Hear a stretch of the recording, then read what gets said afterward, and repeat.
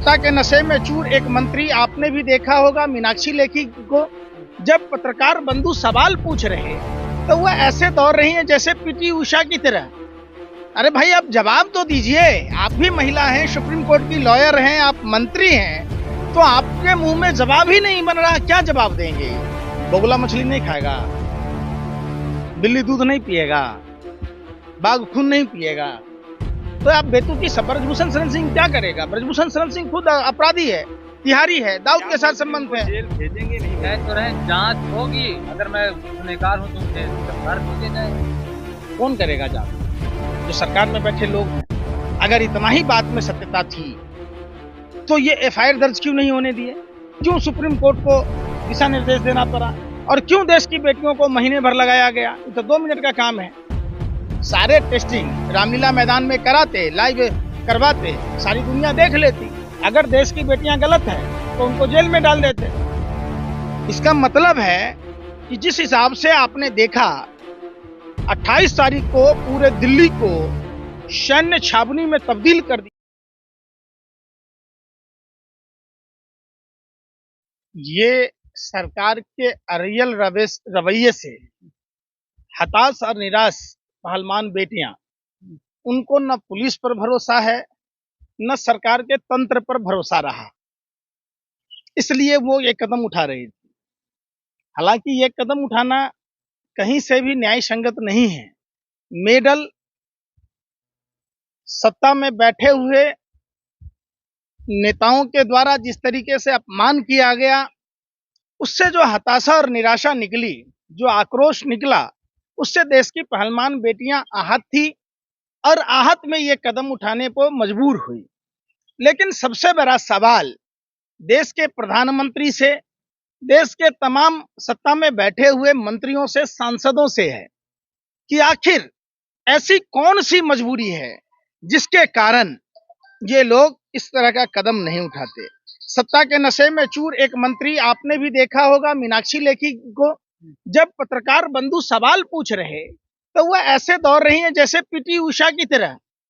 अरे भाई आप जवाब तो दीजिए, आप भी महिला हैं, सुप्रीम कोर्ट की लॉयर हैं, आप मंत्री हैं, तो आपके मुंह में जवाब ही नहीं बन रहा, क्या जवाब देंगे? ये तमाम वो लोग जो सत्ता में बैठे हैं और किस तरीके से, जहां आपने देखा होगा कि इनको देश की बेटियों के बारे में चिंता करनी थी, सिर्फ इनकी चिंता फोटो खिंचाने की थी, इतिहास बनाने की थी। कैसे हमारा फोटो खींचे, कैसे समाचार पत्रों में आए, और उसी दिन जिस दिन नए संसद भवन का उद्घाटन हुआ, उसी दिन देश के पहलवान बेटियों को तिरंगे के साथ किस तरीके से सड़कों पर घसीटा गया, वो किसके आदेश पर हुआ? इनका कहना था बेटी बचाओ, बेटी पढ़ाओ, लेकिन देश में अब यह साफ देखा है कि बेटियों को इन्होंने कुछ भी नहीं कहा, और तो और इन लोगों ने किस तरीके से अपराधी बचाओ, बेटी नहीं बचाया, इन्होंने अपराधियों को बचाया। तो यह सबसे बड़ा सवाल था कि किस तरीके से इनके ही द्वारा दिया गया नारा 2014 के चुनाव में, वो उन चुनावों के, ये देखिए कि अपराधियों के रक्षक बनकर भारत की बेटियां साफ साफ चीख चीख कर कह रही थी कि हमें इंसाफ मिलना चाहिए। लेकिन वो गंगा में मेडल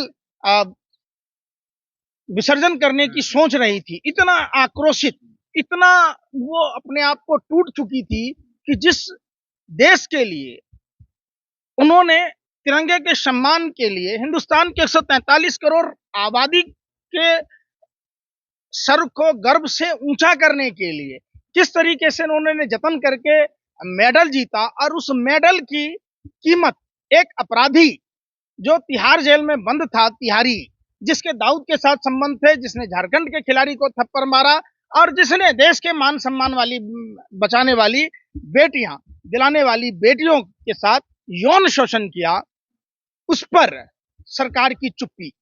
ब्रजभूषण कह रहे हैं कि मेडल फेंकने तो गई थी गंगा में, लेकिन शिकायत के हाथ में देकर के चली आई। देखिए ब्रजभूषण कौन होता है? एक ब्रजभूषण शरण सिंह जैसे अपराधी की बात करनी ही नहीं चाहिए। ये बात तो देश के प्रधानमंत्री, गृह मंत्री, खेल मंत्री और महिला बाल विकास मंत्री को करना चाहिए कि आखिर बेटी बचाओ का जो नारा था इनका, वो अपराधी बचाओ, बलात्कारी बचाओ और देश के गौरव को ठेस पहुंचाओ का नारा साफ साफ स्पष्ट समझ में आया। बलात्कारी जीत गया और यौन शोषण करने वालों के साथ सरकार खड़ी थी। सरकार देश की बेटियों के साथ खड़ी नहीं थी।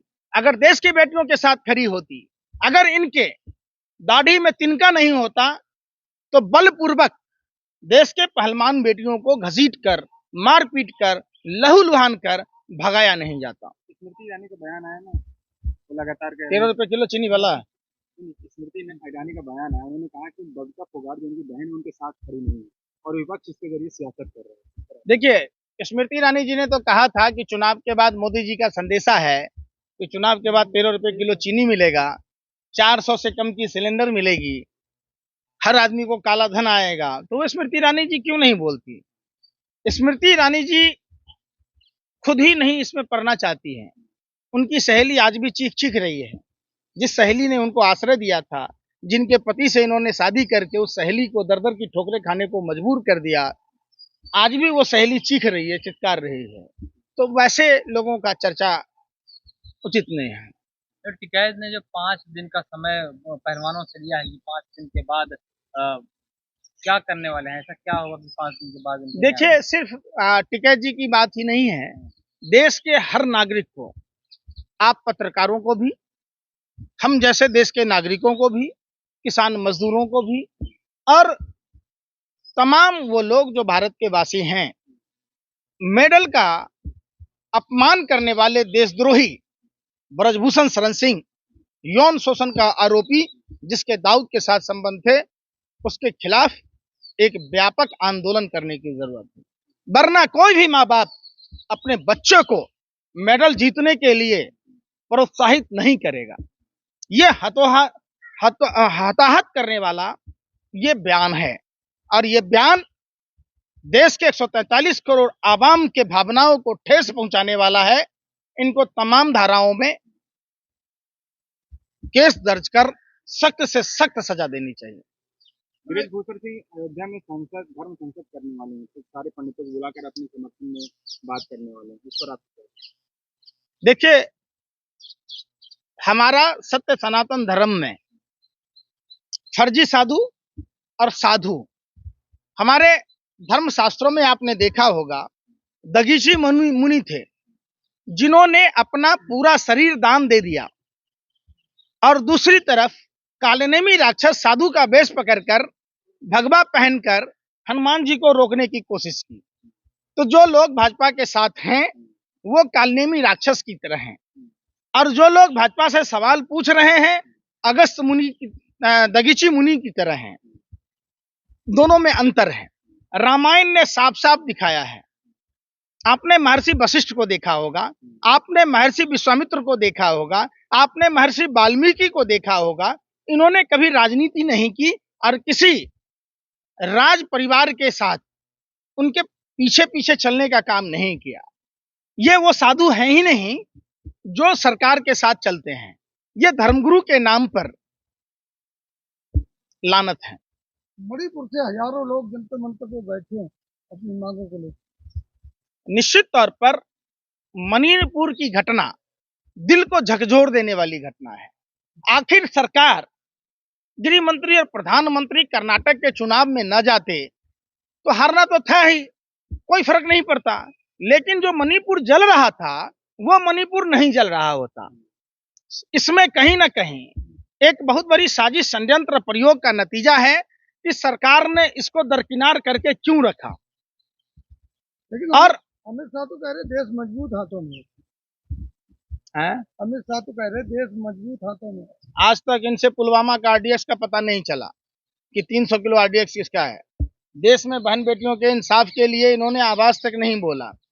गलवान घाटी की घटना, नेपाल द्वारा किया गया फायरिंग, तमाम आप जब देखेंगे तो देश सबसे आज तक का विश्व का सबसे कमजोर प्रधानमंत्री नरेंद्र मोदी इससे बड़ा कमजोर प्रधानमंत्री का उदाहरण कुछ नहीं हो सकता। वो कर रहे हैं देश में 24 भाई, में डंका बजाने वाले हैं। अरे भाई सुन तो लो, अगर मजबूत प्रधानमंत्री के हाथ में होता तो आरएसएस का प्रदीप कलुरकर भारत की खुफिया जानकारी पाकिस्तान को नहीं दे रहा होता। अगर देश मजबूत हाथों में होता, जिस शर्मा को इन्होंने गैलेंट्री अवार्ड से नवाजा था, वो पाकिस्तान को खुफिया जानकारी दे रहा था। देश अगर मजबूत हाथों में होता तो आईएसआई के लोग आकर देश में जांच नहीं कर रहे होते। इससे बड़ा कमजोरी, इससे ज्यादा निकम्मापन आप क्या कह सकते? सर ये जो आंदोलन चल रहा है, क्या लगता है कि 2024 तक जाएगा और 2024 पर क्या असर पड़ेगा इन महिलाओं देखिए, का? ये आंदोलन नहीं है, ये बेटियों के इंसाफ की लड़ाई है। क्या ये आंदोलन की शक्ल में बदलेगा जिस हिसाब से भाई, नाइंसाफी हो रही है उनके साथ? आप, वही बात है ना, आपका जमीर जिंदा नहीं है। अगर आपका जमीर जिंदा होता, अगर आपके घर की बहन बेटियां होती, तब भी क्या आप यही बात कह रहे होते? तब भी आप न्याय के लिए लड़ाई लड़ रहे होते। और ये जरूरी है कि सबसे ज्यादा यौन शोषण के मामले आपने देखा होगा मेघालय में, जिसको इन्होंने टिकट दिया था, उसके यहाँ 450 पौवे पाए गए थे, कंडोम पाया गया था, जेलेटिन की छड़ें पाई गई थी। उसको भारतीय जनता पार्टी के लोगों ने बनार्ड को टिकट दिया। जब आप देखेंगे महिला के साथ छेड़खानी का आरोप लगा था इनके राष्ट्रीय जोकर गोबर पात्रा, जो 12 हिंदू राव में डॉक्टर हुआ करते थे। जब उसे डॉक्टरी छोड़ दिया, जो पुई पुई करता था, ये तो हम 10 रुपए बच्चे को देंगे तो पुई पुई करता रहेगा, तो उसको आईटीडीसी का चेयरमैन बनाया गया। सोचिए, ये पूरे अगर देखेंगे भारतीय जनता पार्टी कुकर्मी लोगों का स्वर्ग है। कोई भी अपराध करके आइए, भारतीय जनता पार्टी में शामिल हो जाइए। भारतीय जनता पार्टी हमेशा अपराधियों के रक्षक के रूप में आया है। सिर्फ कुलदीप सिंह सेंगर का मामला नहीं है। अगर ये लोग कुलदीप सिंह सेंगर के साथ नहीं होते, ये अगर पीड़िता के साथ होते, तो पीड़िता के पूरे परिवार को जान नहीं गंवानी पड़ती। क्या आपने आपको लगता देखा, है कि बृजभूषण सिंह को आप इंसाफ दिला पाएंगे इन बेटियों को? क्या बृजभूषण सिंह जेल जाएंगे, आपको लगता है? आप एक बात बताओ, बगुला मछली नहीं खाएगा, बिल्ली दूध नहीं पिएगा, बाघ खून नहीं पिएगा, तो आप बेतुकी सब बृजभूषण शरण सिंह क्या करेगा? बृजभूषण शरण सिंह खुद अपराधी है, तिहारी है, दाऊद के साथ संबंध है। जेल भेजेंगे नहीं कह भेजेंगे? तो रहे जांच होगी, अगर मैं गुनहगार हूं तो मुझे गिरफ्तार कर लिया जाएगा। कौन करेगा जांच? जो सरकार में बैठे लोग हैं। अगर इतना ही बात में सत्यता थी तो ये एफआईआर दर्ज क्यों नहीं होने दिए? क्यों सुप्रीम कोर्ट को दिशा निर्देश देना पड़ा? और क्यों देश की बेटियों को महीने भर लगाया गया? ये तो 2 मिनट का काम है। सारे टेस्टिंग रामलीला मैदान में कराते, लाइव करवाते, सारी दुनिया देख लेती। अगर देश की बेटियां गलत है तो उनको जेल में डाल देते। इसका मतलब है कि जिस हिसाब से आपने देखा 28 तारीख को पूरे दिल्ली को सैन्य छावनी में तब्दील कर दिया गया, लोगों को घर से बाहर नहीं निकलने दिए गए, लोगों को पैदल नहीं चलने दिया गया, वो भी उस दिन जिस दिन हमारे संसद भवन का उद्घाटन हो रहा था। तो संसद भवन में लोकतंत्र का पाठ पढ़ाया जाएगा या राजतंत्र का पाठ पढ़ाया जाएगा?